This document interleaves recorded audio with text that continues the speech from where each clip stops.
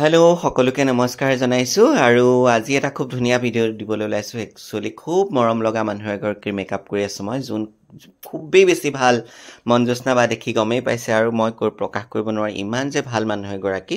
আৰু মঞ্জোস্না বাক মেকআপ দিবলৈ পাই মই খুবেই হেপ্পী গৌৰৱ অনুভৱ কৰিছোঁ। আৰু এইটো আছিলে মঞ্জুলা হাজৰিকা বাইদেৱে লিখা আৰু মঞ্জোস্না বাই গোৱা এটি খুব ধুনীয়া গান, তাৰে শ্বুটিঙৰ অলপ ভিডিঅ' কৰি থৈছিলোঁ, এতিয়া আপোনালোকলৈ আগবঢ়াইছোঁ।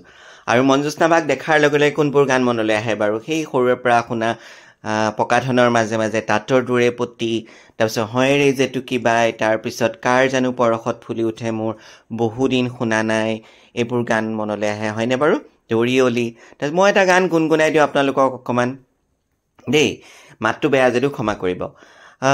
কাৰ জানো পৰশত ফুলি উঠে মোৰ, মাধৈ মালতী পাহি।